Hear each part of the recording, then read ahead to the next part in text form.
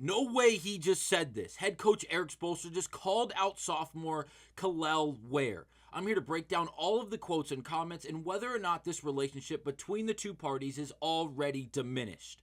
I'll break down all of that on this episode of Heat Digest, but first, please do remember to scroll down and click that subscribe button if you're a part of the near 90% watching this video not currently subscribed to the channel. We do appreciate all the love and support, so thank you guys. But now let's get to it and break down, are there internal problems with Ware and this Miami Heat organization already? As Ware has only been in the league for one season, as he's now in the summer camp of his sophomore year, and there seems to be a lot of major questions surrounding Ware and major characteristics: his accountability, his professionalism, and overall his motor and eagerness to go out and get better involved in this Miami Heat organization.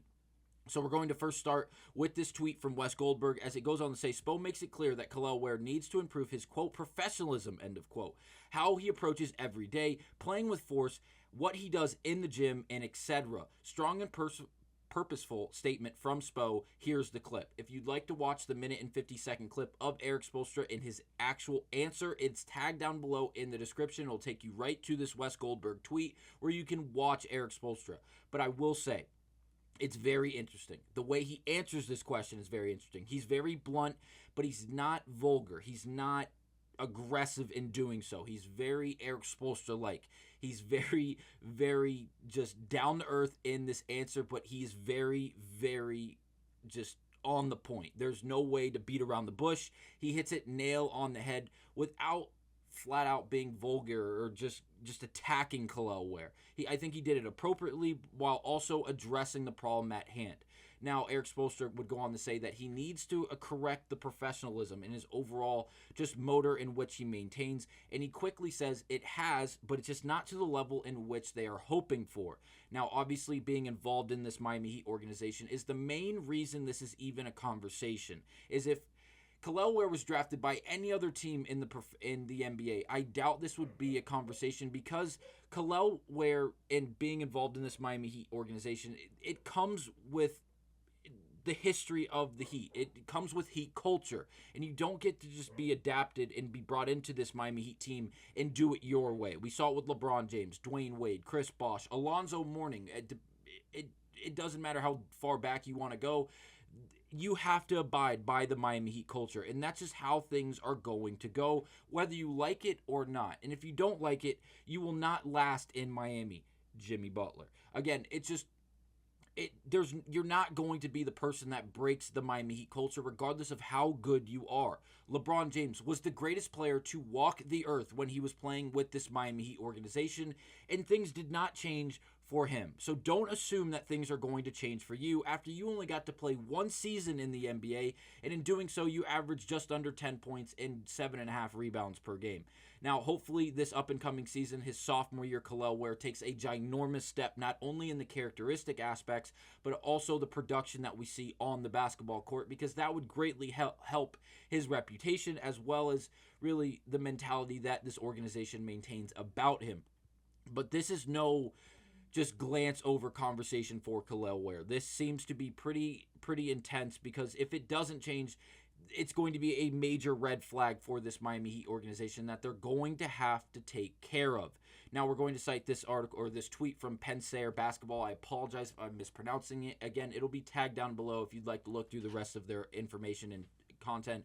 But they go on to say, reputations like this are very hard to shake. Ware should, in theory, have been a top 5 candidate last season, and his slide at the time had to do with his persistent rumors about professionalism, motor, consistency, and attitude. No idea what's true and not, but giving people more structure and money isn't going to magically morph their personality and mental makeup. Strong incentives can mask natural predispositions. My question is, if I have to ask you to be a good teammate, work hard, be unselfish, show up on time, why do I want you on my team? And they have a really good point here, and they do point out the fact that Ware did slip in the draft. And no, he didn't maintain those big names like we saw in this last year's draft with Cooper Flagg and Ace Bailey, who were going in the top picks regardless because of the name they maintained. But now Ware slipping to that 15th overall pick, falling in the laps of this Miami Heat, team, and it was for obvious reasons that were known behind closed doors for those teams going out there and attempting to make a good draft pick that was going to make a substantial change in their organization for the upcoming years. And Miami most likely already knowing this, knowing they had the Miami Heat culture to really establish around him that could morph him into a different type of player with a different attitude and a different level of professionalism that could really translate and turn him into an all pro type of professional athlete on the NBA stage for this Miami Heat organization. Now, I will say, the question of motor, the question of strength, and the overall willingness to get in the weight room is an interesting conversation, because this came out just yesterday, earlier in the day, saying that it was videos of Ware working out with this Miami Heat organization, and Udonis Haslem is the working force behind him, working in the post with Udonis Haslem, someone who we all know is a gritty, very, very strong guy who is going to use all of his mass, and he's going to be as physically imposing as possible. And that's something that the Miami Heat looks to hope that Ware quickly adapts to and just brings into his game, being a force physically. And you may be thinking, well, Ware's very small in stature. Yes, he is a bigger human being in the sense of size, but in the weight room, he's not the biggest guy. Well, I will say he has put on a little bit of weight. He's put on 16 pounds, and he's still 4 pounds short of the goal that the Miami Heat gave him at 250, as he came in at 230, currently weighs 246, as we all know the Miami Heat want him to get up to that 250 plus mark, and right now he's just below it. So he has been in the weight room, he has been eating enough, and he has been putting on a little bit of weight, but still not to the level in which this Miami Heat organization, and specifically Pat Riley, Erik Spoelstra, were really hoping for. Now, Ware knows the value in the overall upside that the Miami Heat have in him after the whole Durant conversation, and not wanting to include Ware in those trade packages was meaningful. They had a lot of faith in this young man. They wanted to go with the younger crowd that had a lot of upside compared to an aging veteran that is arguably one of the best players to ever touch a basketball. That is substantial, to put your chips on the younger side of things compared to someone who's already so established, someone who has been so good for so long in Kevin Durant.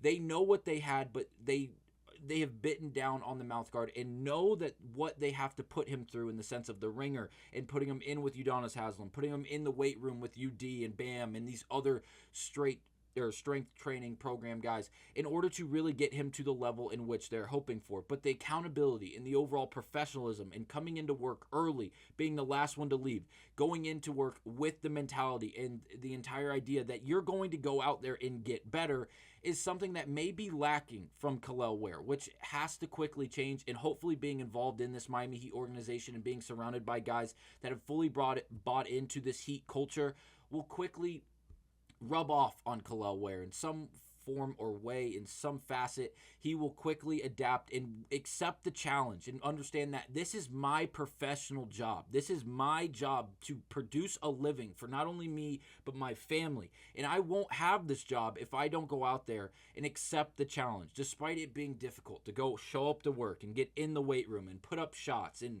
work physically with players like Bam and coaches, I should say, like Udonis Haslem. Accept the challenge, man. Accept the challenge. Accept how difficult it's going to be a professional athlete, and take in all the different points and all the different goals and different tasks that you have to maintain in doing so, and go out there and be great at it. You are 7 feet 1. You had a great career at Indiana. Yes, there are a few questions about your motor and your professionalism and your charisma and your overall character in doing so, but you're now a professional athlete. You're being paid millions and millions of dollars to play the game of basketball. Go out there and do it at the highest level. You don't have to do it for 20 years. You don't have to do it for 15 years. Go out there and do it for 5. Go out there and do it for a single year and learn how to do it. Then do it again and do it again and do it again until you don't want to do it anymore. But if you don't want to do it from the start, it's not going to work. And don't act like it's going to just sneak by and you're going to be able to get by not doing it. Because players in this coaching staff in particular, with Pat Riley at the helm, with Nicky Harrison and Mickey Harrison and Erik Spoelstra and the rest of the coaching staff and all of the players that have been here for as long as they have been fully adapted to this mentality and to this culture. And you're not going to be the lone guy that doesn't have to do it. That's not how this works. The reason the Miami Heat have been so successful, regardless of the player personnel they maintain on their roster, is because everyone buys into this Heat culture mentality, and it works. And the coaching staff works, and the players work behind those coaching staffs because they buy in to the culture, and they buy into the mentality, and they buy into the professionalism in which you have to maintain to be a part of this Miami Heat organization. I think this is a small blemish on Kel'el Ware's path, and I think it's something he will quickly adapt to and really just fully change and flip the page on and be able to become a professional athlete, and a good one at that, for this Miami Heat organization. Let me know down below, how severe is this problem with the Heat and Kel'el Ware, and I will see you guys on the next episode of Heat Digest.